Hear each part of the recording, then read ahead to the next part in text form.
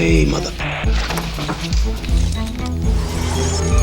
Welcome to the party, pal! Hey, everybody, welcome to another Yippee-Ki-Yay Movie Showdown.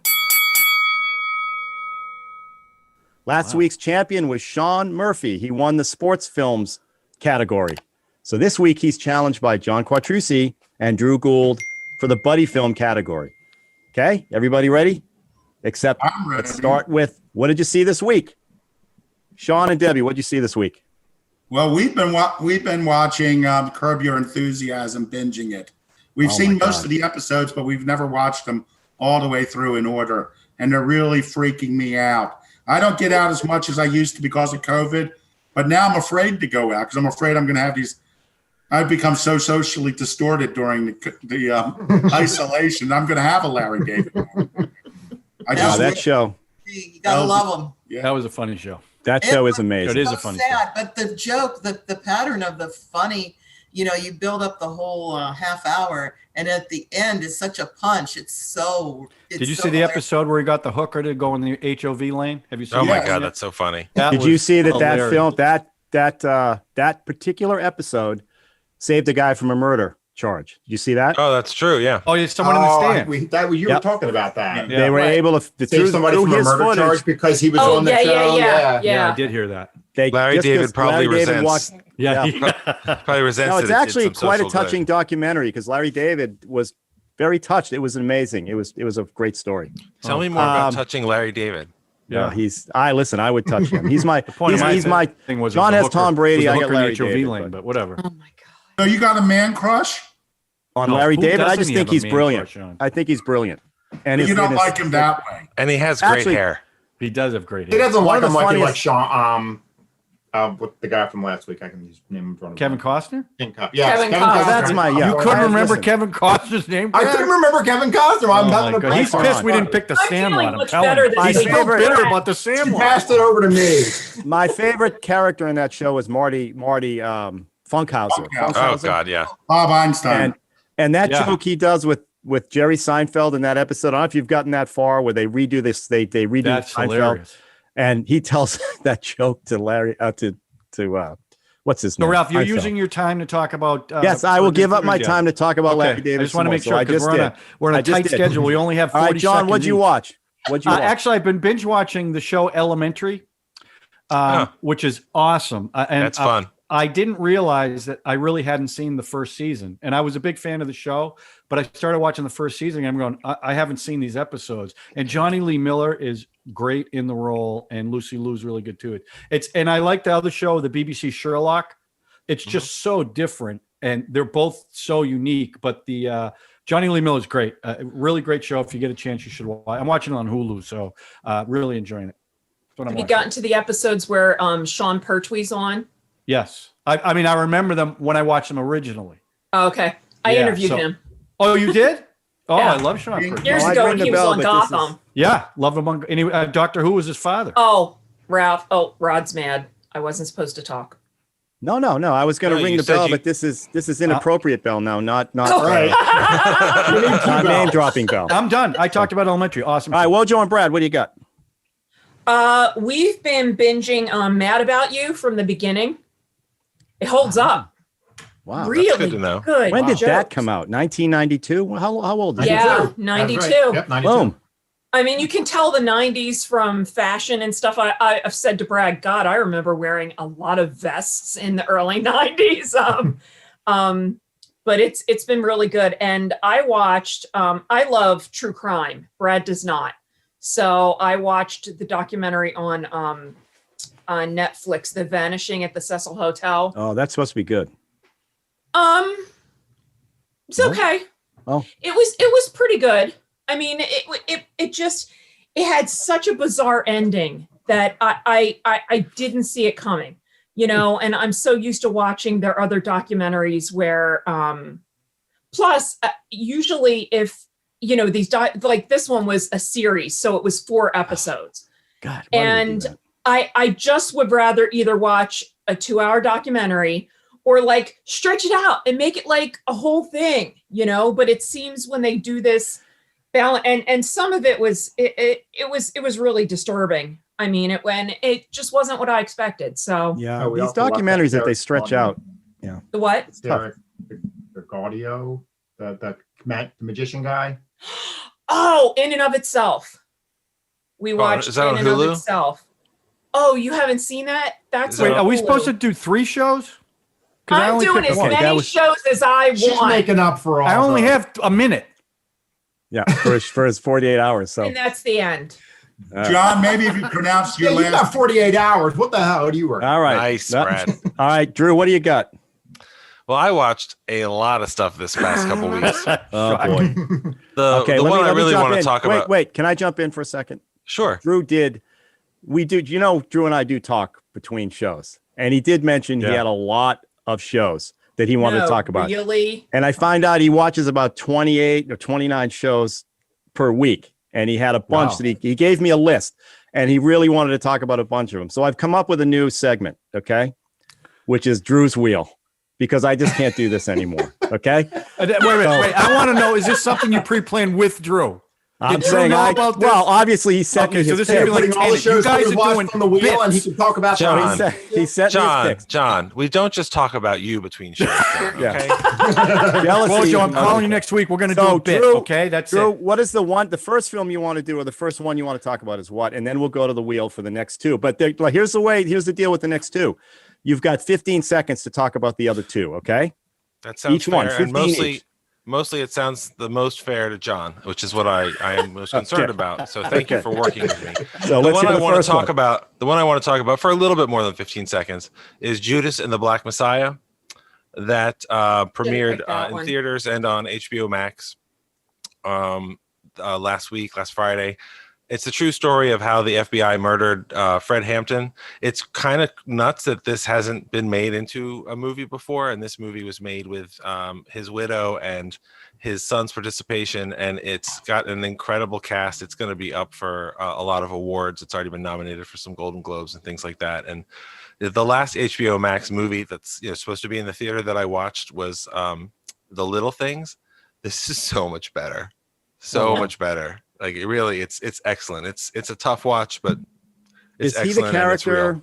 Is he the character that was in the Chicago 7 film? Yes, I don't remember who played him, but yes, Fred Hampton was played by Daniel Kaluuya in this movie, and he's played. I think it's a smaller role in the Chicago 7. Yeah, he was played by the guy movie who is- was in the superhero film on HBO, the remake of The Watchmen. That guy. Oh, okay. I So don't know yeah, the name. so this movie is about Fred Hampton, but it's also about William O'Neill, played by Lakeith Stanfield. William O'Neill is the guy that the FBI turned and used to get to Fred Hampton and to go after the Black Panthers in the late 60s in Chicago. And it's great. And also Jesse Plemons, who you first saw him in Friday Night Lights. He was an incredible villain in Breaking Bad. He's been in a ton of other stuff. He's the FBI agent who recruits O'Neill, and he is amazing. So I really recommend that you all check that out. They used to call him Meth Damon. He looked like Matt Damon, but they call Yeah. him Meth Damon. Yeah. All right, so let's go to the next part of the. So Drew can do two more, but Drew, you got to be quick on these, yeah? Okay, let's do it.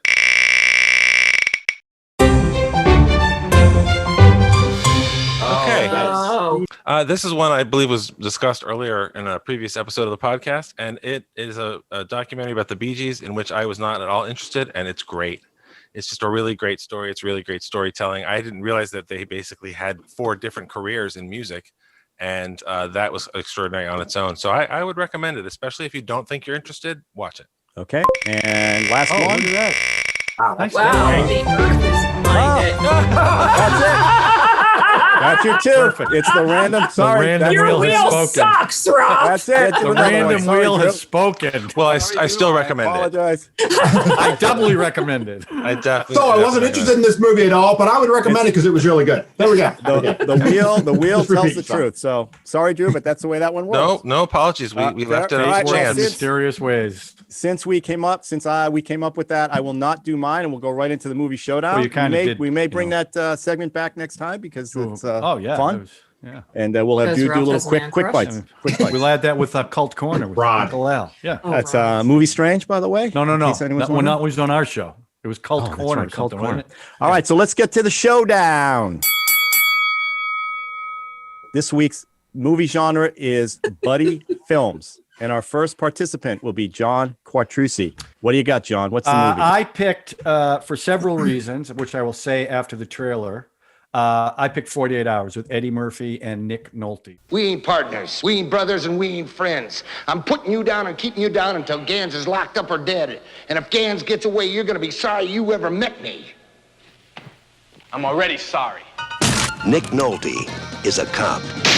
Eddie Murphy is a con. I can help you get Gans, but you gotta get me out of here first. You're crazy. He pulls some strings. See how you needed me a little more than you thought, huh, Mr. K? He pulls some scams. So where do you want to do it, honey? Want to hop up on the counter? Nah, we can go in this room over here next to the bathroom. Give me a break, I'm will dead you? serious. Come on, we're on the move, let's go. They've got 2 killers to track down. Toss me that piece, and he won't waste him. They've got a kidnapping going down. I want the money. I don't know what you're talking about. I want that Indian to snap her neck. They've got a fortune to hunt down. I want to know what's going on between you and Gans. $500,000. And it's all coming down in 48 hours. But I gave you 48 hours to come up with something, and the clock's running. This guy got a real itchy trigger finger and he's a nervous cop. You better listen to him, you get your brain blown out. I'm the calm type.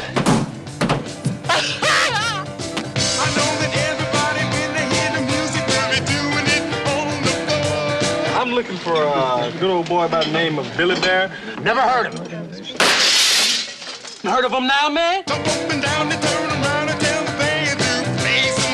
You know, you are real stupid for a cop, man. You're following this guy too close. Yeah, well, most cops are pretty stupid, but since you landed in jail, what the hell does that make you?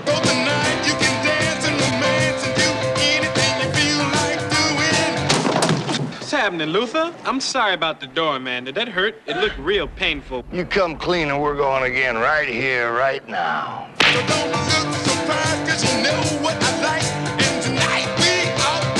Are you in some hurry or something? Yes, I'm in a hurry. I haven't done anything for 3 years. Oh, you used to be a priest or something. This ain't my night.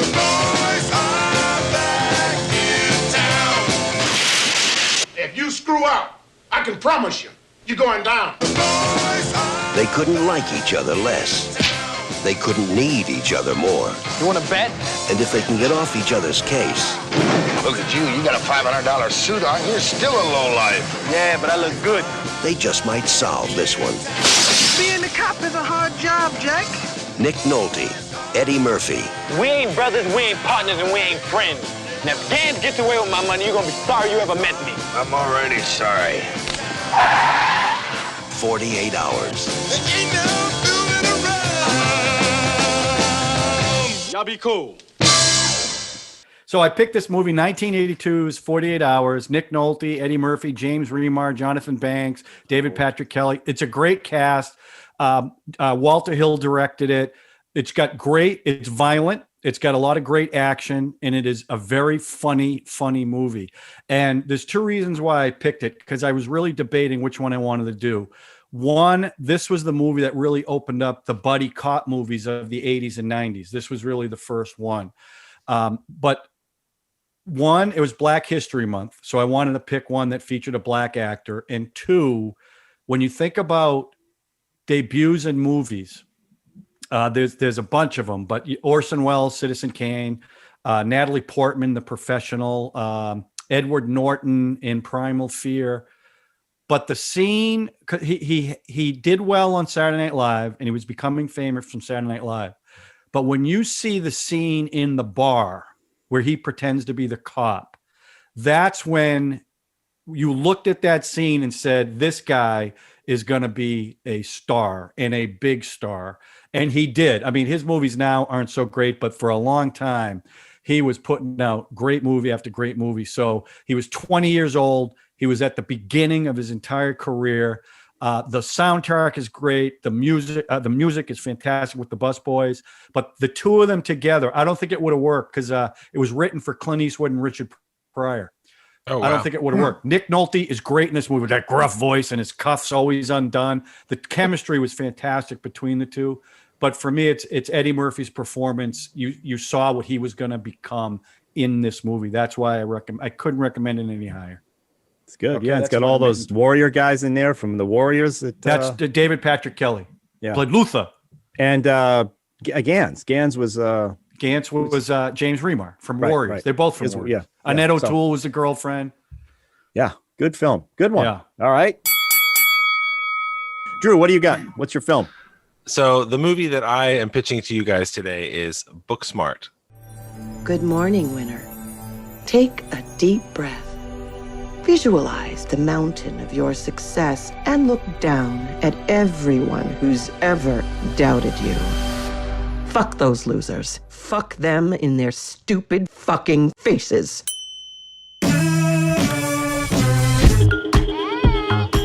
Oh shit. Are we gonna go to school or? No. What's 2 + 2? Isn't it crazy that it's the last day of school? Are you kidding me, Samantha?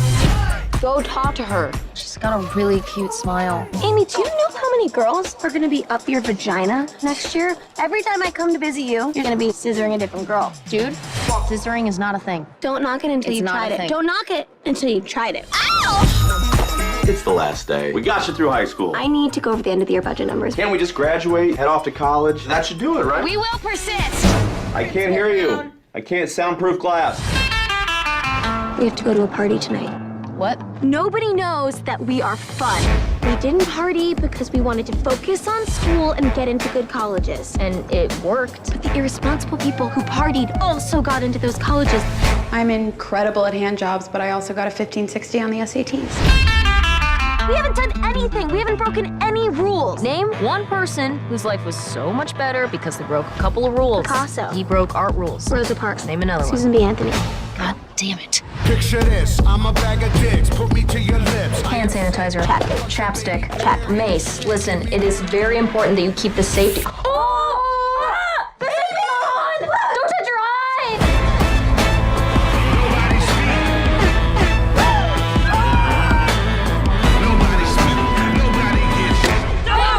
What the fuck is this? Me ask the questions! Oh my god. What more can I say? Well, that seems excessive. Shotgun. Just kidding. I don't have one. Don't say we're having a date night. Why? It's funny your parents think we're boning. What you two have is special. We are gonna show each other how much we care about each other. We'll probably just do a Korean face mask. I don't need to know all the words. So they remade Superbad. That's awesome. Well, that is Jonah Hill's sister. Drew, you're on mute. Oh, that is? I didn't know that. Oh, right. The one girl is. Yeah. Yeah, Beanie Feldstein is Jonah Hill's sister. So I could tell you that this movie feels very real emotionally. It's the intensity of adolescence, especially if you have a great friend when you don't have a lot of other friends and your time together is coming to an end because you're going on divergent paths. I could tell you that the movie is just an explosion of talent in acting, which it is, and in writing. And it's one of my favorite kinds of movies. I've mentioned this before, fully assured, and it deserves to be so confident directorial debut. This is Olivia Wilde, the actress's directorial debut. I could tell you about the deep bench of young talent that fills out this cast. The leads are Beanie Feldstein and Caitlin Dever. I hope I'm pronouncing Ms. Dever's name right. And all the adult roles are familiar faces and they're welcome faces, but they also give room for the young talent to really flower. And it's fantastic. I could tell you that it's a great buddy movie.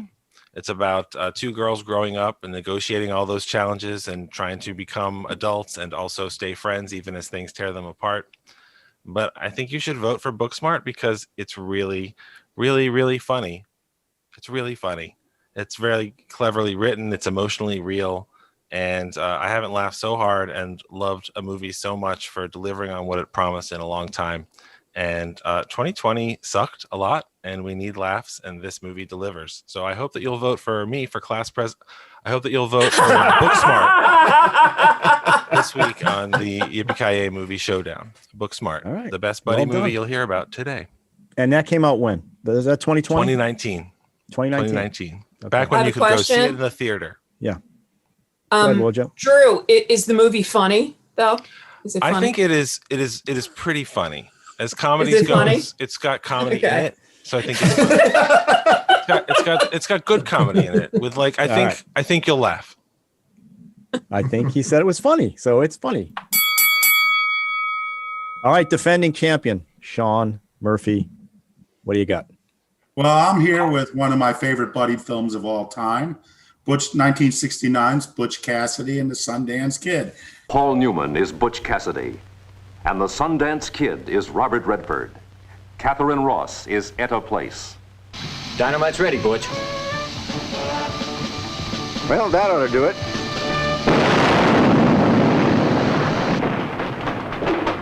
Think you used enough dynamite there, Butch? Most of this is true, and all of it blazes with action. You've never met a pair like Butch and Sundance.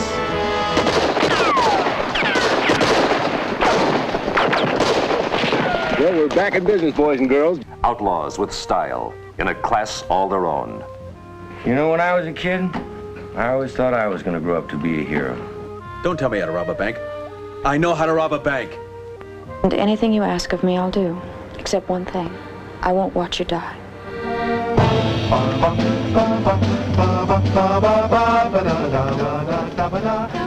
You just keep thinking, Butch.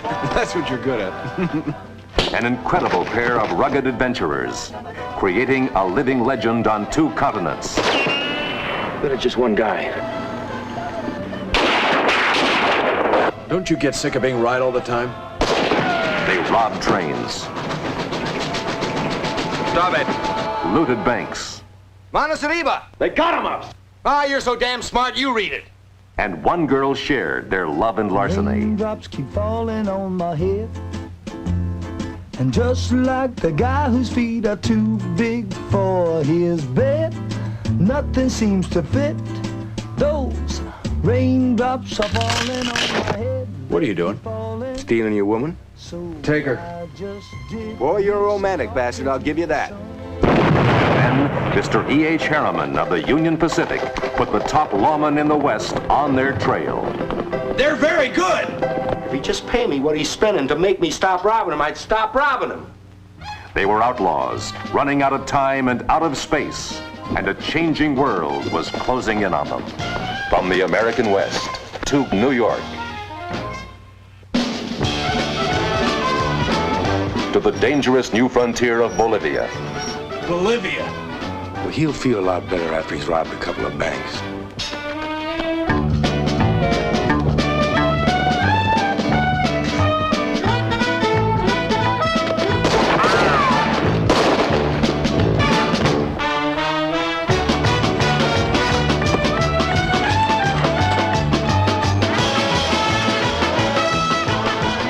I'll jump first. And you jump first. No, I said. What's the matter with you? Is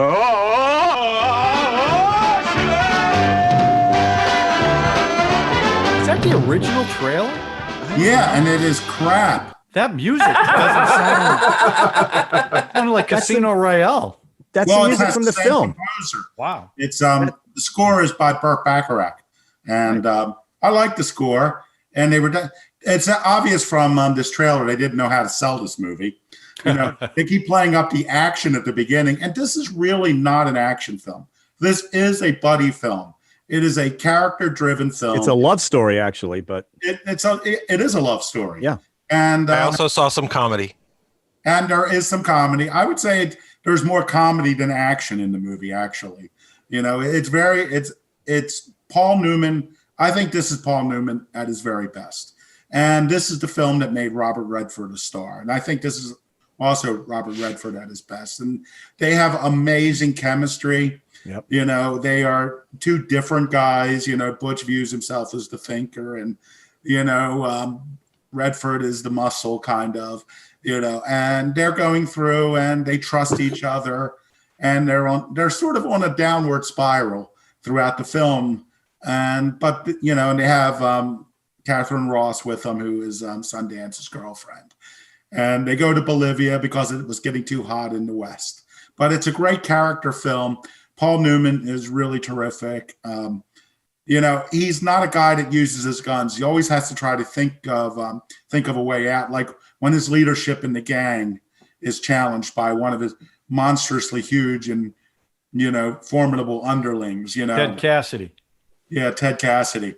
You know, and he has to try to get out of this situation, and he does it without killing anybody. You know, and he's willing to admit he's wrong. because Cassidy had an idea, and it's like, well, that's a good idea. He thought of that. Let's do it. So I mean, he's a great character. Sundance is really terrific too, and you just want to spend time with him. It was directed by George Roy Hill, who's directed some other films we've discussed in the podcast periodically. A number of people have mentioned Funny Farm now and then. I think that was his last film. And it was written by one of my favorite screenwriters of all time, William Goldman. He won the Oscar for this. I did see this movie in the theaters in 1969 when it came out. Wow. Saw it at the drive-in, the Timonium Drive-In outside of Baltimore with my parents. So it's sentimental, but, regardless of any sentiment, this is a really great movie. This is a film when people tell me they don't like Westerns, I say, well, watch this film, Butch Cassidy and the Sundance Kid, because, if you'll enjoy them enough that if you don't like Westerns, you'll overlook all the Western stuff going on. Yeah. No, it's a great film. Let's vote. Come on. All right, now it's time to vote. And we all know that each person gets one vote each for their film. So we go to the people who didn't bring the film. So Wojo and Brad? I've seen all three of these. I like all three of these, but I'm going to pick 48 Hours because I haven't seen that probably in about 20 years, and I want to see how it holds up. Okay. Brad? Well, I could bet you that you will never see these three movies compared together any other place you look. I would that's a pretty safe bet. They're very different movies from different time periods. I think they're all good. We did actually see Booksmart, last year. I enjoyed that. I am actually going to go with 48 Hours as well. I think that was from my childhood growing up, and that's a classic that I.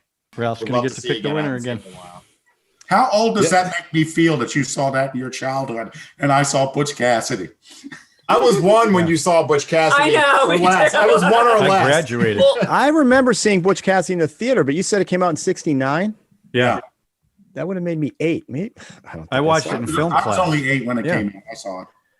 Okay. Debbie. Well, I love Butch Cassidy and the Sundance Kid. That is the coolest movie. And that's the only movie I saw of the three. So I love Butch Cassidy and the Sundance Kid. I am going to watch Booksmart and 48 Hours, which I haven't seen both of those movies. But so I'm going to commit myself to watch both of them. But I am going to choose, and I'll tell you why, 48 Hours. Because Eddie Murphy, this was the year he was coming back, of all these years out of retirement, and COVID happening. So I'm wondering, Wojo, you're a comedian as well as Eddie Murphy. Can you get Eddie Murphy to come on the podcast? I was wondering where you were going with that. Call him and see if he could come on. Could you get Eddie Murray to come on the podcast? I could probably get Eddie Murray. Actually, the sequel to Coming to America is coming. Might be able to get. All right. Well, I'm actually surprised. I'm not going to lie. I'm voting for Booksmart. Doesn't do any good. Doesn't matter. But I am surprised. 48 Hours. Strike out. What's that? I brought the Oscar-winning script here. Actually, you know what, Sean? That's a great movie. I'm just kind of sick of Westerns right now. Yeah, because we've done it for so much, but that's a great movie. I love that movie. Steve McQueen turned down being in it. Yeah, what an idiot. Yeah, he is. Yeah. But I will say one thing. Movie. Watching these trailers does make me want to watch all three of them. So that's good. Yeah. We're picking good I will films. definitely So that's working out great. Good choice. Especially Booksmart was good, and it was funny when John. I really want to see that one. I'm surprised that one didn't win. Yeah, well, it looked exactly like Superbad. And you know what? 48 Hours is the quintessential buddy film. It really is. It really did, as you said. Well, isn't Butch Cassidy and Sundance Kid the original buddy film? No, you can go back. No, you can go way back. That's not. I understand that. Laurel buddy Hardy films and all those, right? Yeah, Laurel and Hardy. All right, so that's a big win for John Quattrucci. Thank you, everybody. I appreciate the vote. I'm not going to lie, I'm a little surprised, but it's a good choice. All three films were great. So let's go to the intermission. Take a little break, everybody. I'm not getting my hair cut during the break this time. And then we come back. We'll talk about And when we come back, And you'll still have more hair than everybody. I will. I'm sorry, Ralph. When we come back, we'll do what? And when we come back, we'll talk about 48 hours. Let's all go to the lobby. Let's all go to the lobby. Let's all go to the lobby to get ourselves a treat. All right. Well, how's that for an intermission? That was much less than 48 hours. So let's talk about the film that John won. Okay, go ahead, John. Start her up. Well, before we just want to understand, Brad's alone in his square. Oh, because right. During the break, Wojo wasn't feeling that well, so Yeah. she's going to bag out of the second half. I'm sure Brad has some insight on what Wojo feels about the movie. But Brad, it's nice to see you center square like that. It's kind of nice. You're very welcome. So yeah, my movie was 48 hours, and it was our buddy film genre. And I loved this movie when it came out in '82. I had not seen it in a while. It's probably been a few years since I saw it, and I watched it last night. And I got to tell you, I loved it. You again. mean 2 minutes? You mean 2 minutes ago? You just watched it. I meant to say. Keep the illusion up, please. I watched it. Thank you. Well, I knew it was going to win, so I watched it before the show. Oh, okay, good. During the That's break, confidence. yeah. So I put down some notes. Yeah, I was pretty confident. Again, and the reason why I love this movie, having seen it again, and it's while it's fresh. Eddie Murphy was fantastic. 20 years old, his debut. It was spectacular. That bar scene, like, announced to the world, Eddie Murphy's here. But looking back on it, I weighted it so heavy on Eddie Murphy that I didn't give Nick Nolte enough credit in this movie. The combination of those two was great. I mean, the way they played off each other, the character that Nick Nolte, with that voice, yeah, he owes me money. Yeah, sounds like a real stormy romance. That voice of his was just awesome. And so I did a little research on the movie also to find out some stuff I didn't know. And for those who don't know, it stars Nick Nolte, Eddie Murphy. Annette O'Toole was barely in it, but she was in it. They cut all her scenes out. James Remar was the bad guy, and he was a great bad guy. He was a scumbag. Yeah, he was terrific. Sonny Landham, who was in Predator, played the Indian. And I don't even know. I think he might have had 4 lines in the whole movie. But he died the same way in both films too. Yeah. No he shirt was an on and a knife. intimidating guy. It was directed by Walter Hill. I don't remember an alien ripping his spine out in 48 hours. Spoiler. Well, Yeah, I mean, he was good though. He was very intimidating. shirtless with a knife. Okay, that's what I said. You're not going to win, Billy Bear. Get You're this not going to part, win. The music was by James Horner, and he loved it so much he used it 3 years later in Commando, the steel drums. It's the exact same music. A little background on this movie was, and I mentioned that in the first half, but I'm going to just remind people, it was written in the 70s for Richard Pryor and Clint Eastwood. And a lot of people turned down the role. I think the one that was the closest to actually that they wanted to cast was Jeff Bridges instead of Nick Nolte. So I think that would have been a lot different. A lot of the dialogue between Eddie Murphy and Nick Nolte was improvised, which I did not know. And now that I watch it again, you can see where some of that improvisation, you could tell where some of that was. And it was good. I really liked that. I thought they were great together. The original name of the character was Willie Biggs.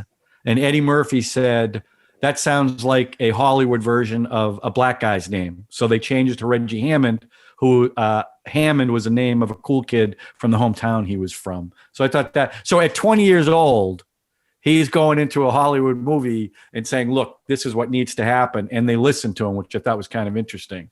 The first scene in the police station after the hotel scene was a 1-take, 3-minute scene, which I didn't know. I only got that from the research. And that scene, the thing I really liked about this movie, having watched it again, it wasn't as funny as I remember. Yeah. When I say that, there wasn't as much comedy in it as I originally remembered. It was a pretty dark, violent. In fact, that opening hotel scene, the movie studio was terrified of it, that for a comedy, this is way too violent. But I think it actually works, and it's the motivation for everything that happens. But I just think for a buddy genre, it's a great movie. Now, I will say some of the language that Nick Nolte used, which is very racist, and it's very un-PC, And it kind of bothered me till the bar scene, because everything that was happening to Eddie Murphy up until that point, he got his chance to give it all right back and did it brilliantly. Oh, you mean and the first bar? Yeah, you mean the first bar scene, not the last one where Nick Nolte basically apologizes for that language. No, that's where he explained why he did it. Right. I'm talking about the Torchy scene. I got you. To me, that was like, okay, so they did all this stuff to bring him down, and that was his chance to give it right back to the white guys. Well, but they used that, but they didn't stop using that language throughout the whole film. And they have that whole big fight in the middle, after that scene. So, but to your point at that scene at the end, he explained why he did it and he apologized for it. And I like that. What did Eddie say? What did Eddie say? You didn't have to go that far. Right. And so he goes, that's fine, right. But you don't have to do that. I mean, that's what's interesting about the film looking back now in 2021 eyes. It's like, wow, it really was quite.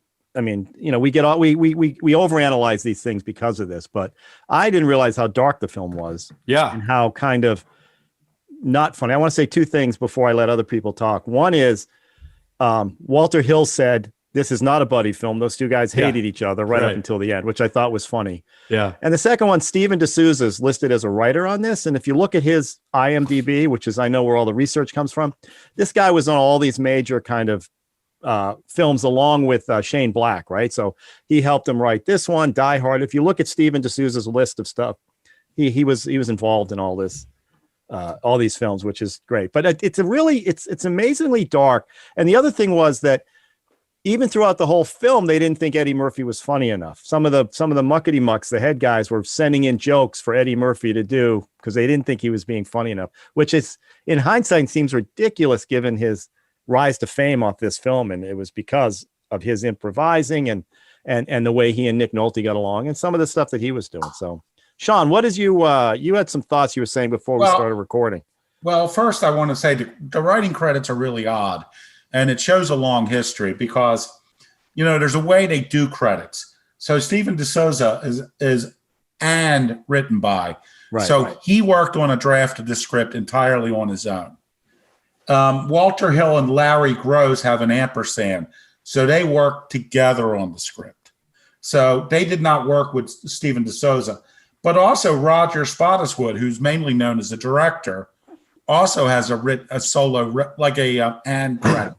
So my guess is that probably D'Souza wrote the script. Spottiswoode was probably set to direct one of the earlier versions. Otherwise, why would he even have a credit on this? And then that Walter Hill and Larry Gross came in and worked on the final version that they produced. So I get, it's odd credits because everybody's like well-known. Well, not Larry Gross, but everybody who's on this film is a well-known writer, Now he's well-known now, but was D'Souza well-known back then at this time? Probably not. This would have been very early in his career. But the original draft was in the 70s. Yeah. Wow. That's where it was originally written. Yeah. So, I mean, this was a great piece for everyone. Now, my problem with this film, I loved this film when it came out. I love the music. I love the Bus Boys song. I love everything. But, what I love about it now, and is because it's something we don't see anymore, is sort of a straightforward action film. Like now, the stakes are so high and everything. It's like John Wick, he has to fight like 92 people, Fast and Furious. There's 87 different car crashes and villains. This is just like a cop and a half, a cop and a guy going after like a couple criminals. They don't make these films. It reminds me, this is much better than sort of like the films that would come in the 90s, like Van Damme and like Steven Seagal. I used to go and see all these action movies in the day, and this is a genre that's essentially dead. This and comedies are really like pretty much gone from the theaters now. So I really like that. And I also really like the cinematography on this. The look of this film screamed early 80s. And as opposed to films, I've been watching a lot of films that have been shot recently, and they're all being shot digitally. And they try to make it look like film, but it's a little too sharp. This really looked like film. It had that lurid, overlit, kind of neon-y kind of stuff that you would find in films from this period. You know, you could see the gate weave, at least on what we watched it on. You know, it had a little swimming, kind of look. And I liked at the end how everything's perfectly clear until they need some fog at the end in that Chinatown. It's all fog. Yeah. Yeah. Then it's like goes from no fog in the entire movie to complete fog. The front came in. Yeah, exactly. It came in 3 seconds. Well, they needed. Yeah, go ahead. And now what I don't like about the film is, first, I remember thinking Eddie Murphy was amazing, and he really was. However, after watching The Nutty Professor and Norbit and all, I just can't buy him as this tough guy, that's like beating up Nick Nolte, who probably has like 60 pounds on him. You know what I mean? Nolte was a much bigger guy.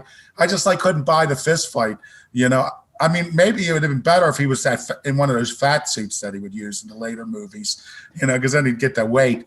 So as much as I really loved Eddie Murphy, and I think he did an excellent job, in retrospect of looking at his entire career, I have a hard time buying it. But what I really have a hard time are some of the plot devices in this film. They just exist because they are needed. For one thing, you can't get over this. This would never happen. They're never going to let this guy come out of jail with one cop, for one weekend. But that's the whole, you have to give the movie that, because that's the whole conceit of the film. If that doesn't happen, there's no movie. But there's just a lot of things I don't buy, like when Nolte starts telling him about his girlfriend and his girlfriend troubles. I just don't see him doing that. That character suddenly opening up with this convict at that point he has no respect for.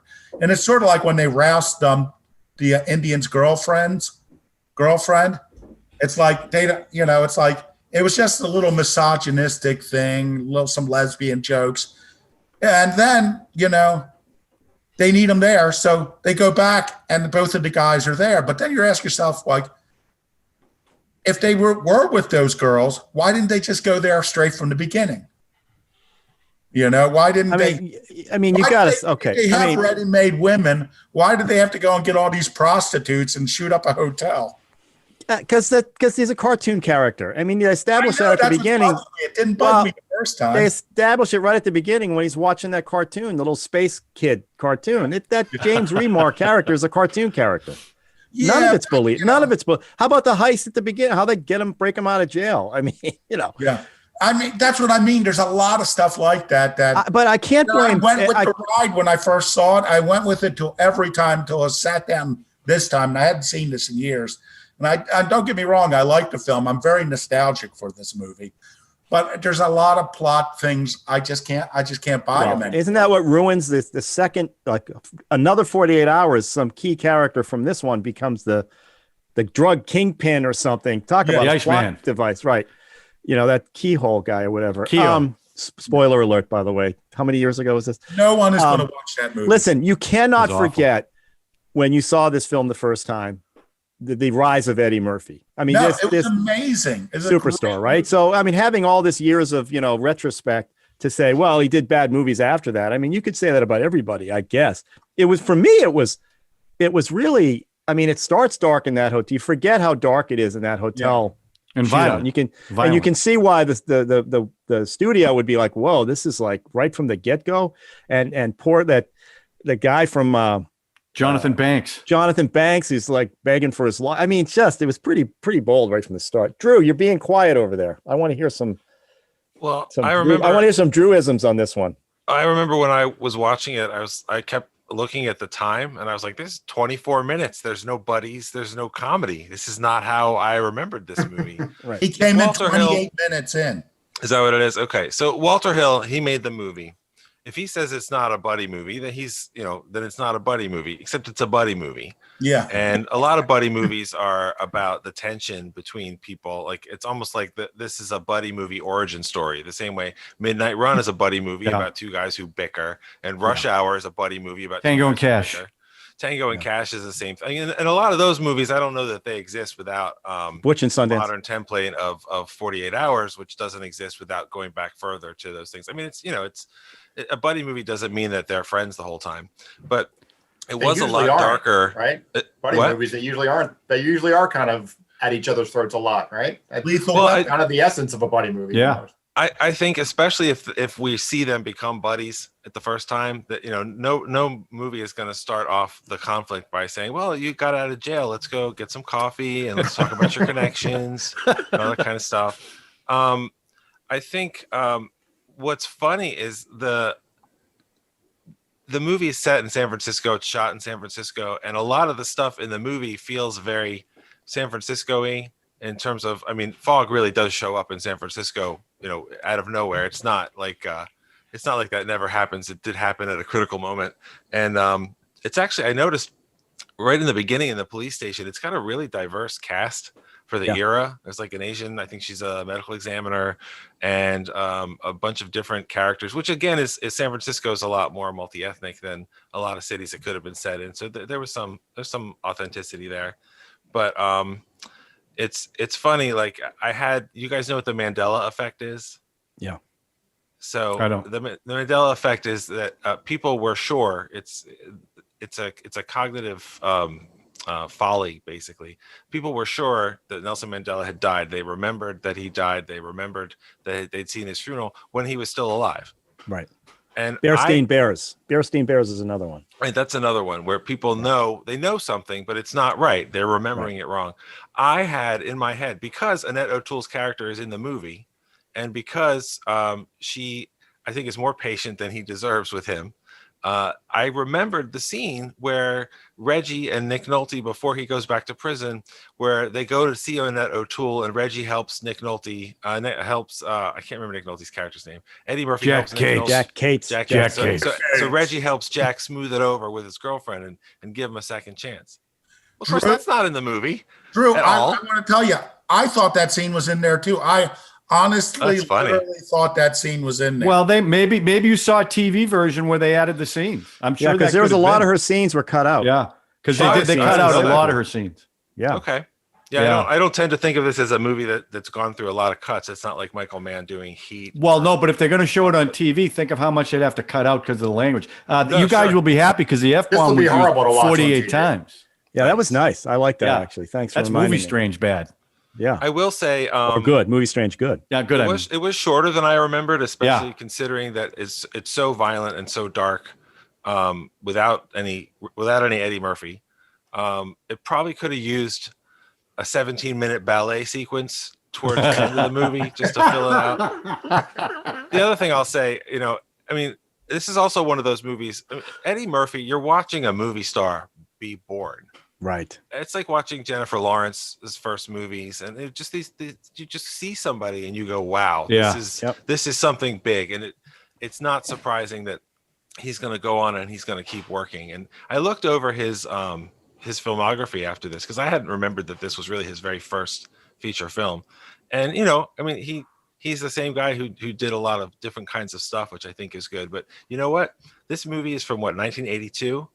And I'm looking forward to Coming to America next month. Yeah, this is a guy that's a steady part of the world of big studio movies, and so it was not quite the film I remembered, but it was nice to go back and check it out. I will say the racism was really jarring. None of that aged well, and the way that the casual way that Nick Nolte's character was racist and the language he used, and also the way that Eddie Murphy wasn't really allowed to react to it, that felt really dated. And then at the end, basically, Nick Nolte's like, "Yeah, I'm sorry, I didn't mean anything. That's the way people talk. You know how it is." Well, he was right. That is how people talk. But it's not a part of the movie that I remembered at the time thinking, oh, this is a real problem. So we've come a long way in that sort of thing too, which I think is nice. Yeah, but you do remember that he does flip it in that bar scene where he plays the the cop going in there. And that sort of justified what was going on in your own mind because, oh, Eddie Murphy got back at the rednecks. So that's good. But yeah, it's a little hard. You could never pull that off now. Number one, it would never happen. And we look at things differently. And sure. And even retrospectively looking back at Eddie Murphy and going, wow, he used to be funny. Now, you know, it's hard to do. In 1982 eyes, this thing was it was crazy. No, look, good. he's got a lot of jokes in Raw and Delirious that you couldn't do today. Yeah, And, you know, that's fine. You Even the shouldn't be able to do Busboys. some I of mean, those I had a jokes. Busboy cassette. I got into the Busboys and all that stuff. So this movie was huge when it came out. It's funny though. Seventh you said on the list, box office list that year. Wow. I didn't connect the Eddie Murphy bar scene, which is a very funny scene. I didn't connect that to, well, he gets to do it because Nick Nolte did it to him. I get how you make that connection. I didn't think of it that way. I kind of thought of it as like, where is this bar in San Francisco? Well, all of them. Yeah, I mean, he plays I that mean, up. like, yeah. what a weird group of Did seem out of Texas place, shit didn't it? kickers or something. Yeah. Yeah. Yeah, but then it worked when Nick Nolte went in the other bar. Yeah, no, it's funny. He's It helped. Yeah, all it the buttoned it brothers up. are here. It buttoned it up. Yeah. And Nick Nolte was sort of an He was unsung great. hero in this one. Yeah, you was really great. do have a different. He was so funny. So Debbie, what did you think? I'm kind of curious what Debbie, I Debbie want to hear thinks. Debbie's take, and then Brad and Wojo. I guess we can. Eddie Murphy, I love Eddie Murphy. He's still cool. He is in my mind. I can't wait for his next film, and he's been away too long. But I thought for sure this is the first time I saw this film, and I was really surprised that you I thought it was going to be an example of the Spitfire Grill for you, John, because I don't think it holds up. I mean, it just really, the jokes were hardly there. It was a very violent, there was no reason for Nick Nolte to, they're getting along. I mean, implausible cop and a half, Eddie Murphy's not going to be let out of jail. And the MacGuffin is totally too far-fetched, and it didn't make any sense. But maybe, when was it? How long ago has it been? 82. Yeah. Wow, that's a long time ago. Yeah.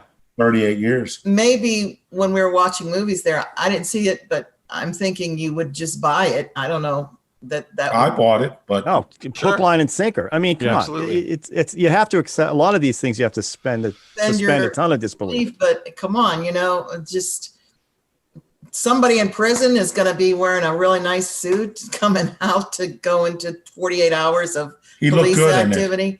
Well, anyway, $900 suit. He went in with it. I presume that's what he went in. Yeah, that's what he said. I went in with this. So yeah, that's the only thing he has. I mean, Debbie made a very good point. It's like what she couldn't believe is that his partner, the little guy, I forgot what his name is, Luther, wouldn't take the money. Well, they had the girl. Why They had would his girl. car for all that time? No. She means in the 3 years. Why didn't he take the money while Reggie was in jail and Gantz was in jail? That's interesting. Yeah, I didn't put that together. I thought maybe he and Reggie had a deal or something. Well, I'm sure they did, but everyone else, they're all thieves. Thieves steal. Well, until he broke out of prison, that changed everything. Yeah. Right? That's the only thing that bothered me. What happened to Luther's girlfriend? They never resolved that. I think she's dead. They shot It was them both. just over. Yeah. Shot them both in that bus. I guess. No, they shot him, but they didn't shoot her. Well, who knows? We don't know what they did. I mean, she's, But the responsibility of having that woman being dragged to every place, that's a lot of work. If you're a bad guy and you just, want what was it, $500,000? $500,000, yeah. It was worth more back then. It was worth it. Might have been. Luther, But that you can door see- hurt. That you can hurt see when where the door Le- hit you. It looked real painful. You can see where Lethal. That was a good imitation there. I think your Nick Nolte's slightly better. I'm not going to lie, but Thank you. Thanks, Ralph. I'm just waiting for Brad to do one of these iconic lines as Jimmy Stewart.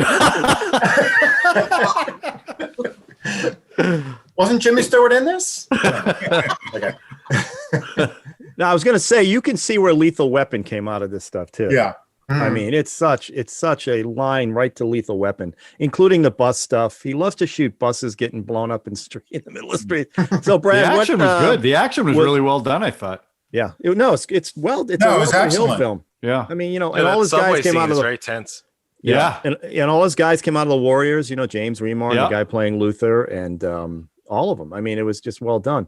Wilbur Hill was really hot back then. I was just looking on the IMDb. It's like, when did he fall apart? It was You know, because before this, he had done one of my favorite films at the time. What was it? Southern Comfort. Oh, that's a good one. I love that movie. Oh my God. That's a good buddy film. Yeah, Powers Booth. Brad, was Wojo? Were you guys able to watch this before? Yeah, we did. We actually watched it like the next day after. Well, I'm sorry, we watched. Oh, it. you mean during the break? Intermission? Yeah, during the break, full speed. Yeah, thanks. Yeah. So we've both seen it before, and we both enjoy. Well, I enjoyed it back when I watched it. I did enjoy it again this time. Probably not as much. I like Debbie. I think some of it holds up. Some of it doesn't. You know, obviously Eddie Murphy was great in it. You know, I mean, you know, he was a star in it, and he was really good. Nick Nolte was great too. But obviously the racial stuff, even though it's sort of resolved later, and he kind of explains it, it's still a little unsettling, you know, to hear all that even while it's going on, you know. But just like all you guys, I was surprised at how little humor there was in it. I had remembered it being a lot funnier too. It's funny that we all remember the same way, but I do remember, because we kind of said this. That was like the first thing we said at the end. Was like, this really didn't have as much humor as we remember. Yeah. I also, you know, it was interesting because of the, you know, with the racial slurs and everything. And then you talk about the diverse cast. The police captain was an African American guy. You know, I mean, that was he always plays a police captain. That guy, he always does the same thing too. Yeah, but, they really spoofed it in Last Action Hero. He really wasn't that actually him? Yeah, that was him. Yeah. Oh, I haven't seen that in ages. So yeah.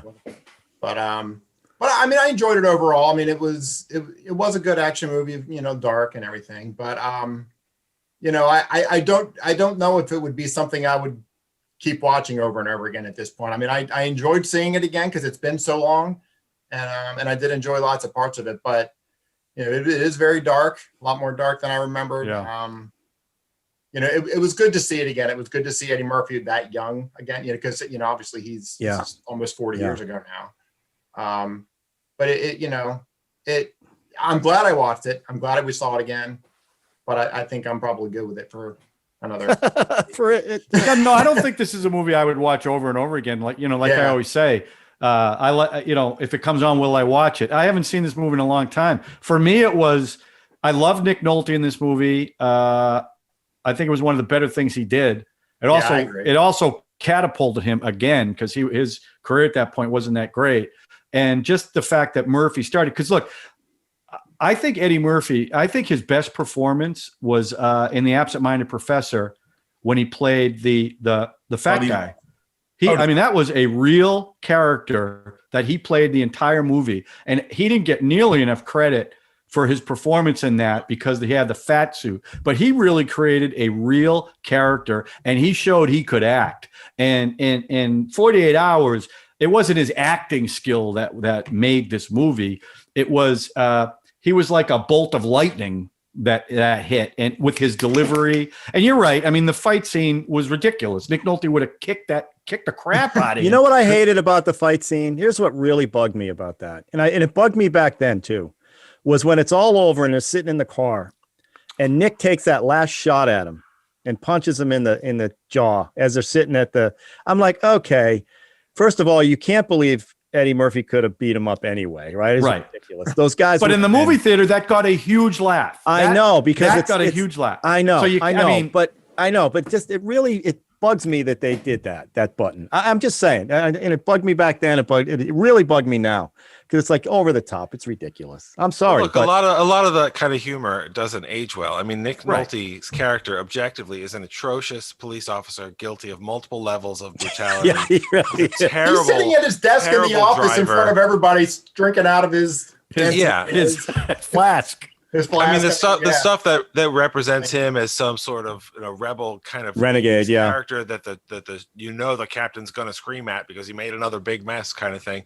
You know, that's he should be brought up on charges today. That's just a different world. I like that his sleeves were never buttoned.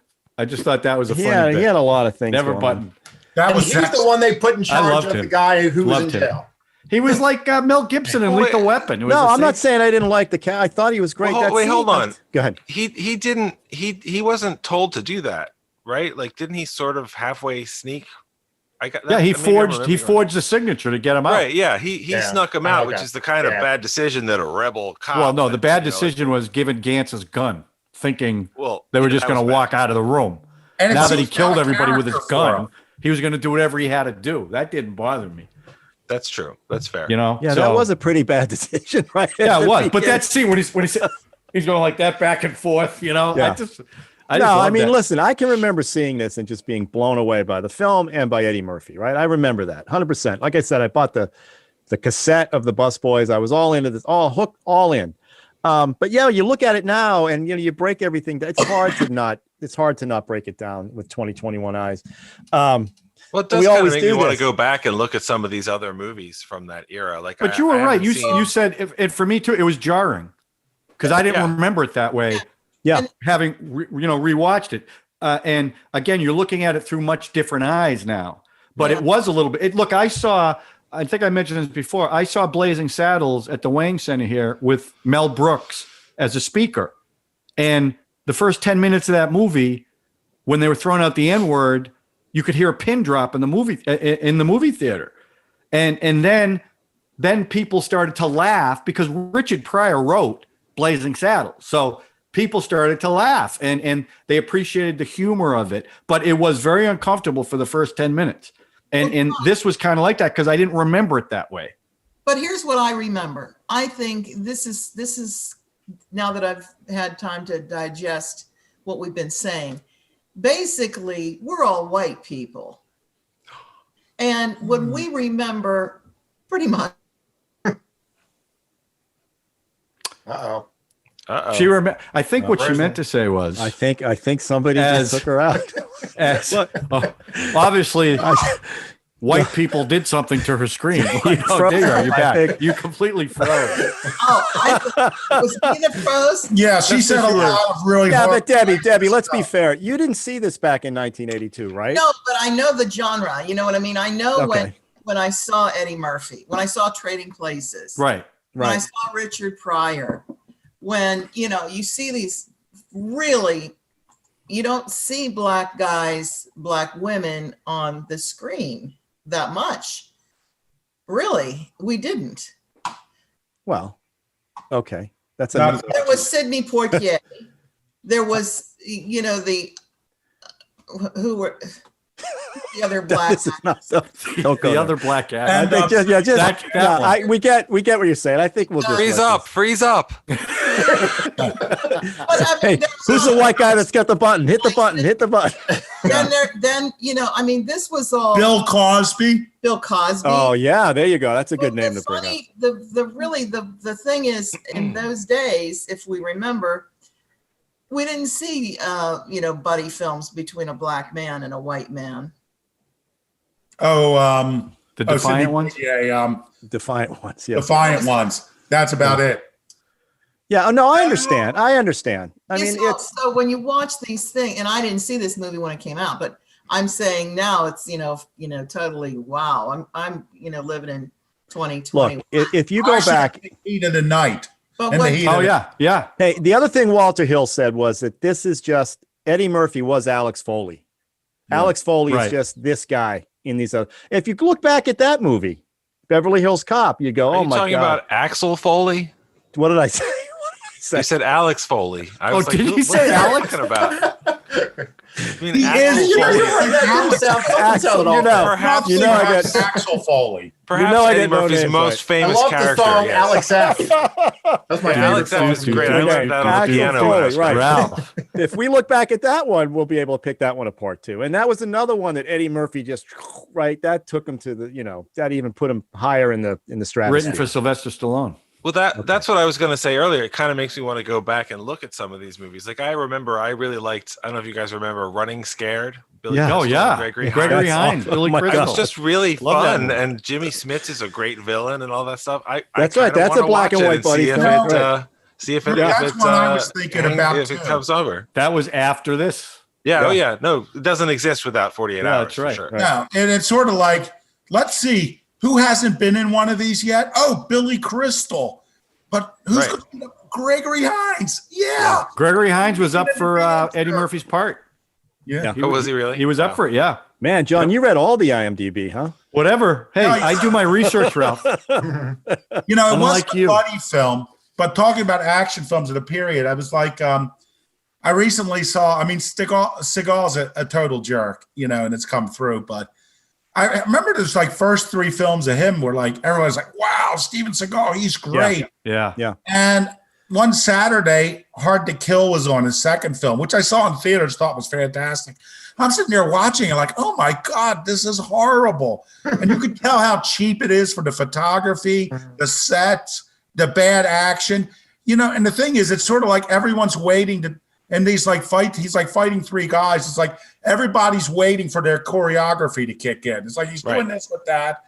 And then he turns over, then that guy does this. And it's like, you know, considering it was an action film, the action just didn't hold up. I actually just watched that a couple weeks ago. It is not good, and I had a ball watching it. I mean, I've never seen a martial artist never kick above his waist.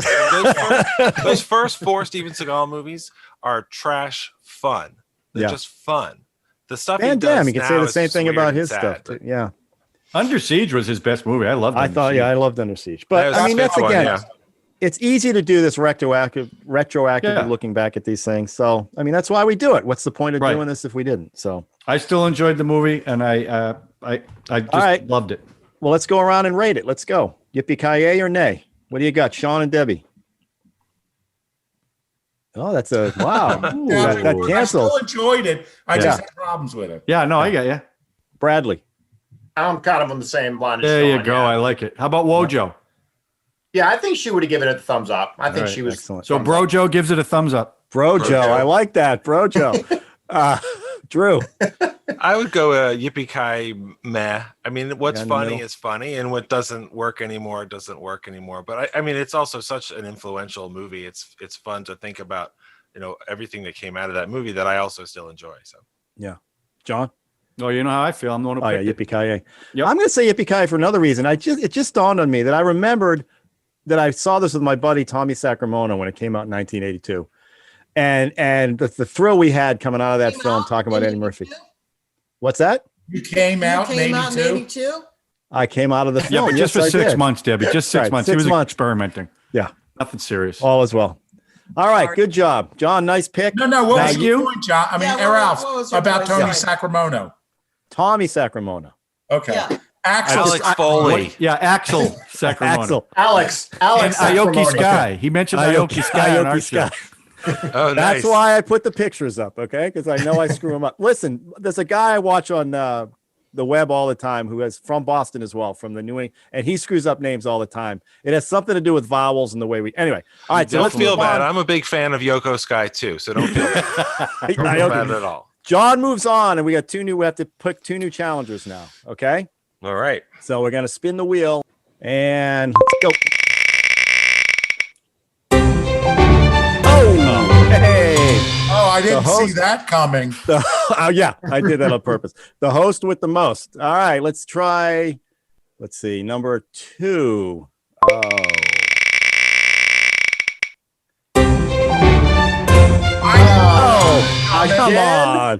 Come on, man. So we're going to rename this podcast the Sean Showdown. Is that what we're going to do? On? All right, so it's Ralph and Sean and John. Now what the genre is. I know what I'll pick. Empire film. Empire film. Oh, that's a good category. That is fascinating. That is a good category. Wow. That is fascinating. Looking forward. There's so many to choose. I know. This is going to be crazy. I just bought one on Laserdisc. You guys ever see The Hunger? Oh Captain Deneuve. Yeah, David so Bowie. That could be one. I got a few of those. I got some X-rated ones too. Maybe we bring that. I can't do Dracula, Bela Lugosi Dracula. Oh my God! I'll throw you off if you do. I'll lose.